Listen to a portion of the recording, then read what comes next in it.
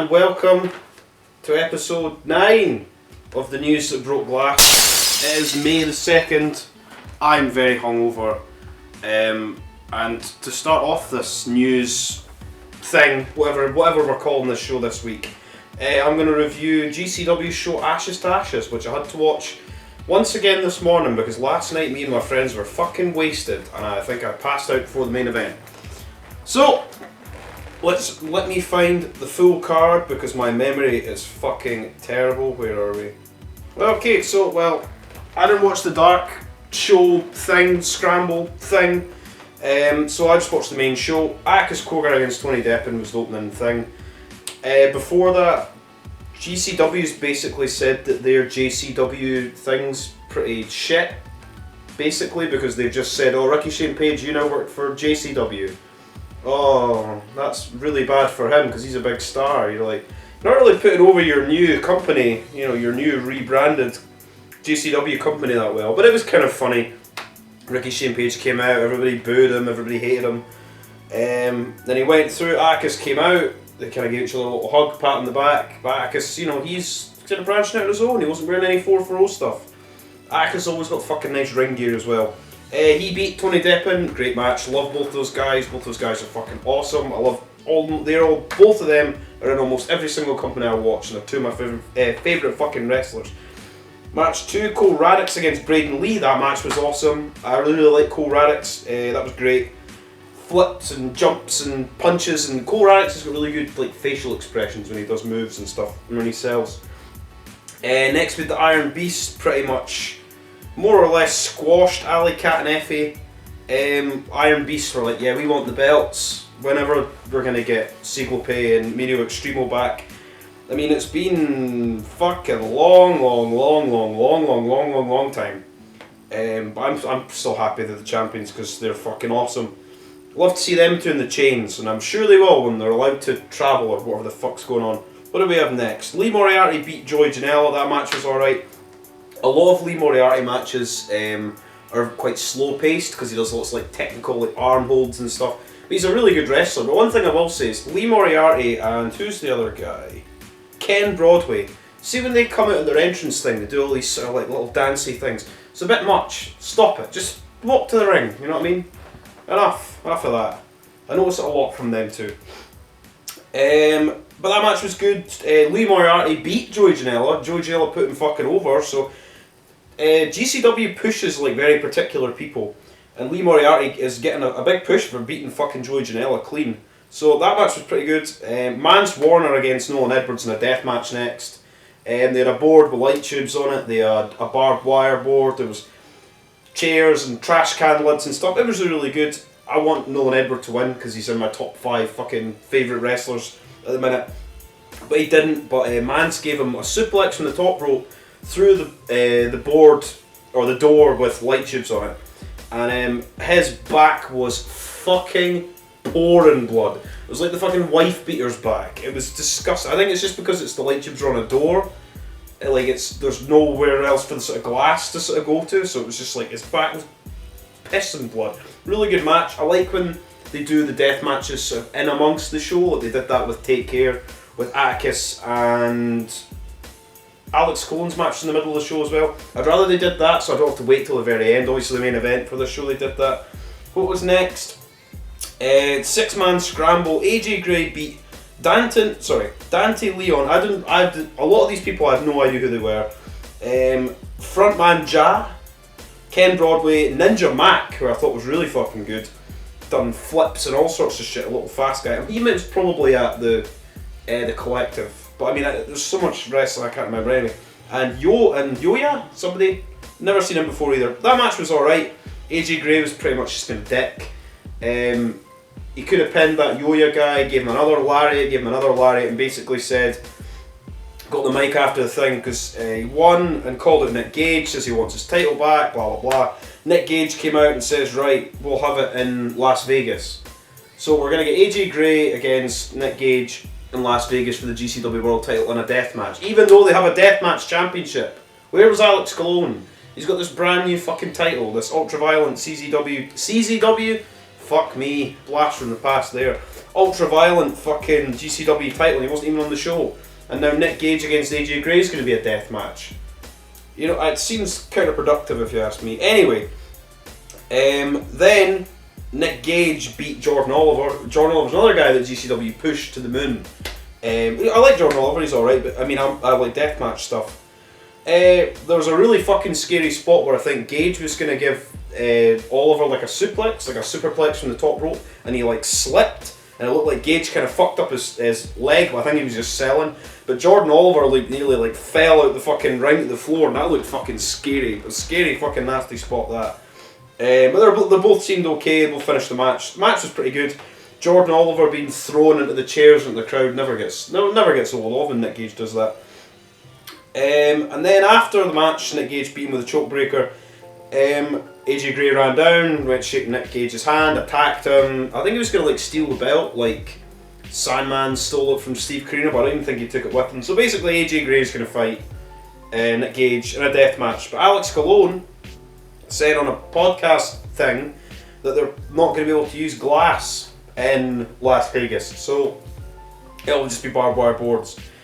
You know what I mean? I would have thought it would have been better, this is just my personal opinion and I'll go on to talk about TOS 6, would be to have AJ Gray fight Nick Gage for the GCW World title in the first round of TOS 6 in a death match at the fucking Showboat. Then again, Ashes Tashes, this GCW show was at the fucking Showboat. The Showboat shows are always great. I love the fucking Showboat. It's amazing.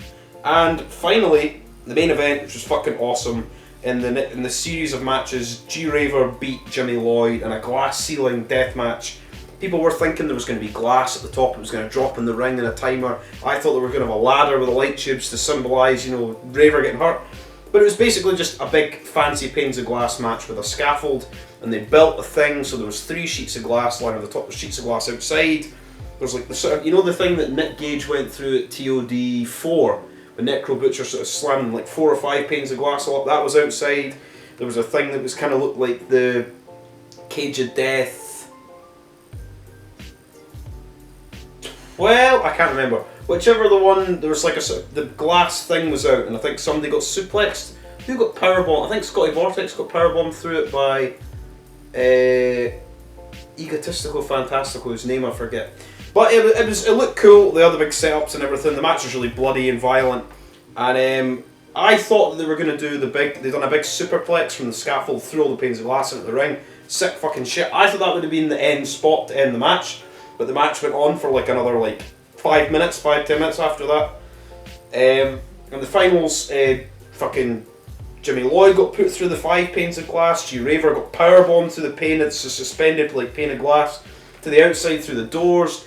And for the final spot, G Raver done a swanton, senton bomb, fucking flip off the scaffold through a pane of glass to Jimmy Lloyd and won.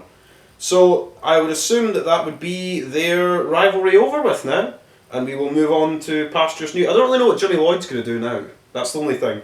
I feel kind of bad for Jimmy Lloyd because it looks as if he's sort of like lost this feud. But the match was really good. Hopefully they do another glass ceiling. Interesting setup, interesting way to do a swanky panes of glass match. And now we will move on to TOS 666. This was announced. I've kind of taken a little week break after the WrestleMania thing. But anyway, so we've got the whole weekend of June 5th is at the Showboat, as always. It's going to be TOS 666, but there's other different shows. There's going to be a JCW show at night at 11 PM, which is going to be streaming on YouTube. TOS 6 is going to be at 3 PM on Fight, and at 9 PM that night, so what fucking time would that be in the fucking morning for me? Jesus Christ, I don't even know what time. Probably 2 in the morning. They're going to have the second Deathmatch Hall of Fame, so it'll be interesting to see who goes into that. Because a lot of the people like Pondo, Danny Havoc, Matt Tremont, like the legends, you know what I mean, are already in the Hall of Fame because they went in the year I went to TOS 4, 2019, I think that was. Anyway, and what else is there going to be? And on the Sunday, June 6th, there's going to be another event on Fight, but we don't know what the name of that is yet. So my predictions, like I said, I want to see Nick Gage and AJ Gray in a match. I assume G Raver's going to be in it. was going to say Jimmy Lloyd, but I don't think he'll be in it. So what are we going to go? So there's 8 people usually in TOS. Nick Gage, G Raver, AJ Gray, Eric Ryan, Alex Cologne, Atticus, Schlack, and Nolan Edwards. That's what I'd pick for 8 people. If it was me, if it was up to me. But anyway, so, and I'd want to see Atticus win TOS 6. Him and Alex Cologne in the final would be really, really fucking good. Because they had a match last year's TOS. Alex against, when Alex won, he finally beat Ricky Shane Page in the final. I want to see them because Atticus has gotten so good. Hello, Haley. My cat just likes when I film. So I want to see him win, but who knows what's going to happen. Nobody's been announced for it so far. I thought they were going to announce some people last night, but they didn't. Also, GCW is going to Texas. They're going to be in Houston on July 9th. Hello, Nelly. And Dallas on July 10th. So they're doing the same as No Holds Barred and going to Texas. I think GCW's already been to Texas before. I think. I can't remember. And they're also going to be going to Wyoming for a show called the Outlaw Mud Show, which is going to be on June 19th, if my handwriting is correct. So that's all the GCW information for just now. We'll move on ever so quickly to ICW No Holds Barred. You get yourself to buggery, Nelly. Right, go away. Now, because I'm a sad mark, I won this, which is the Satujin Gusset. It's because people kept calling it a gusset when I put these pictures up online. Satujin Kenzan that was stuck in his fucking head from Farewell to the Pawn Shop. So I have that. I won it in the ICW auction. With that, I also got this signed by Ruben Steele, which I think was used to hit Schlack in the face. It's a thumbtack in the back of it. At the Battle of the Tough Guys. These are the disgusting bloody towels. Look at them. These were the things that were used by Satujin to pull that fucking Kenzan out of his head. So thanks ICW for throwing these in as well. Look at them. They're fucking disgusting. They're caked in blood. And hopefully this week I'll have a display cabinet so I can actually put all this stuff in to avoid the smell of dried blood. And they got this as well, which is also signed by Satujin and Ruben Steele, which is a sickle that was used in that match as well, and there's blood in it too. I'll put better pictures of these things on the edit little thing. But yeah, fuck me. These are fucking heavy. Sick fucking shit. Anyway, just been a sad mark. We'll move on. So, Boardwalk Buds, which is June 25th, 26th, 27th at the Showboat in the Bourbon Room. Maybe GCW's been wanting to use in the Carousel Room. Ooh, heat, ooh. Fuck, who knows. Anyway, we've got matches and loads of shit's been announced for it now. For Pitfire X7, Alex Ocean's going to be fighting Nolan fucking Edwards. That'll be fucking great. For Pitfire X7 as well, Satujin is going to be against Jeff Cannonball. And Jeff Cannonball, if anybody's watching this, knows how I can get some of his fucking bloody orange soda stuff sent to the UK, because he said on his thing that he's not shipping from his cartel thing to the UK, but he said just go on the website, you won't find it. I went on the fucking website, I couldn't find them, so somebody sent me an actual link to where I can buy the blood orange, because I want to buy a set of 6 or 5 or 6 of them, and I want to have them so I can have them for this show and maybe do a little soda review, but no, I can't fucking buy them. Anyway, moving on, so that match will be good, both those matches will be good. On Pitfire X8, we have also added Tony fucking Deppen against a guy called Big Beef, who I've never heard of before.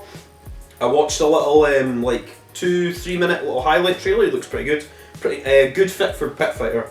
Dale Patrick's is going to be appearing at Boardwalk Buds, and what will be even more important than the main event to me is Ruben fucking Steele is going to be fighting Tank with the Rev at NHB 13. That is like a dream match for me. I love fucking Tank. Ruben Steele's probably my favourite fucking wrestler right now, so I cannot fucking wait for that.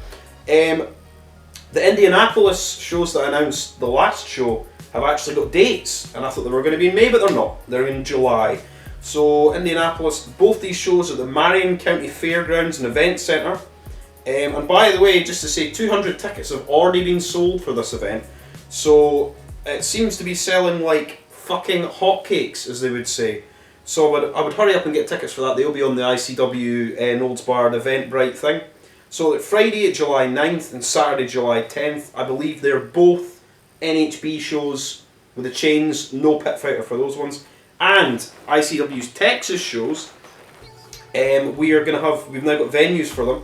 August 13th is going to be the Pit, which is the Heavy Wrestling Studios, which is where Ruben Steele's heavy metal wrestling thing runs, I assume. And August 14th, which is going to be the Chains, is going to be at the Vibes Event Centre. And both those places are in San Antonio, Texas. The tickets for those are on sale May 7th, so the day that Resident Evil 8 comes out, and I'll be playing that entire game on my YouTube channel. Fucking love Resident Evil. Anyway, one of the matches has been announced for the Friday, July 9th Indianapolis show. We have a match that was meant to happen in Indianapolis with one different entrant. We were meant to have Ryan, Atticus and Eddie Only against the Rejects, John Wayne Murdoch, Reed Bentley and Akira. Obviously it got cancelled, pandemic, blah blah blah blah blah. But now we're going to have on that July 9th Friday show, Atticus, The Bev, Eric Ryan, 3-on-3 with the Rejects, John Wayne Murdoch, Reed Bentley and Akira. I would rather they swapped Akira out for Satu Jin. That's just because I'm a mark for Satu Jin. But anyway, that'll be fucking sick, and as I said, there's 200 tickets already sold. So that's ICW Noldesbar stuff. So we've already got fucking June's heating up, July's heating up, August's heating up. I assume there's going to be no shows in May. But who knows, all these shows will probably get to have more shit like this. And like this. Fucking hell. Anyway, we'll move on to No Peace Underground. They announced their very last show. I put it in at the very end of my video. But it's going to be at the Soundbar on May 21st, which is Rewiring the Human Body. All their shows have very strange names. Oh, I've got a cup of tea. It's not alcohol.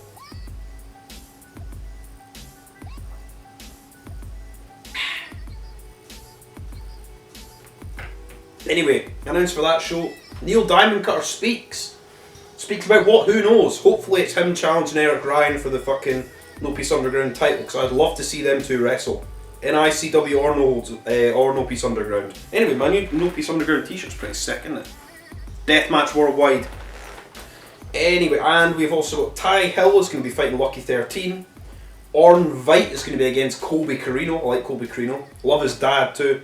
And Atticus Kogar is against Casanova fucking Valentine. I assume that'll be the main event. And we'll now move on to IWA East Coast. The Masters of Pain. G Raver is going to be replacing Pondo because he's got his rib or stomach injury that he got from Planet Death. And there's a new Masters of Pain fucking t-shirt by Sai Ozawa, and I fucking want that.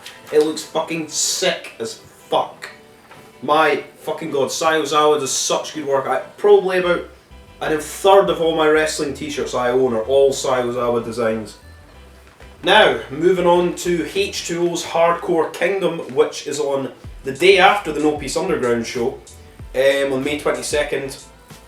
So, I think it's only really Atticus and Eric Ryan would be the same thing. Anyway, we've got lots of announcements for that. I looked up the Hardcore Kingdom 4, which was a year or 2 years ago now, had 16 entrants in it, so who knows how many entrants this is going to have. But so far we've got Devin Moore, Atticus Kogar, who's my pick to win. I think he'll be the tournament winner for most things this year. Mickey Knuckles, Kennedy Copeland, who I've seen at No Peace Underground, their last show I think. Well, sorry, their last show at the Soundbar, not their last show. Declan Grant, who's a young guy I think beat, what's his name, Brandon Kirk last time.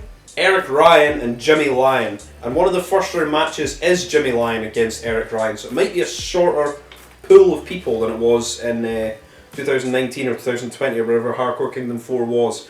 So who knows, maybe there's 8, maybe there's 16, maybe there's 24, who fucking knows, like Trainwreck. Who knows. We've got another entrant announced for the TNT Extreme Championship 4-way that's at TNT going off big time on June 26th at the Hangar 34 in Liverpool, which I may go to. who knows? I'll be back at work in the next 2 weeks, serving pints and trying to maintain my sanity for fucking having to work with, you know, the public again. We've got Stevie Boy from ICW in Scotland's coming in, so Stevie Boy's fucking great. So that's going to be interesting. And finally, move on to Japan. Japan's been sort of put into like a state of emergency, which I think because of COVID, I think it's like one step away from a like lockdown. So basically, there's going to be like no, what's like here in the UK or in or what it was like in America.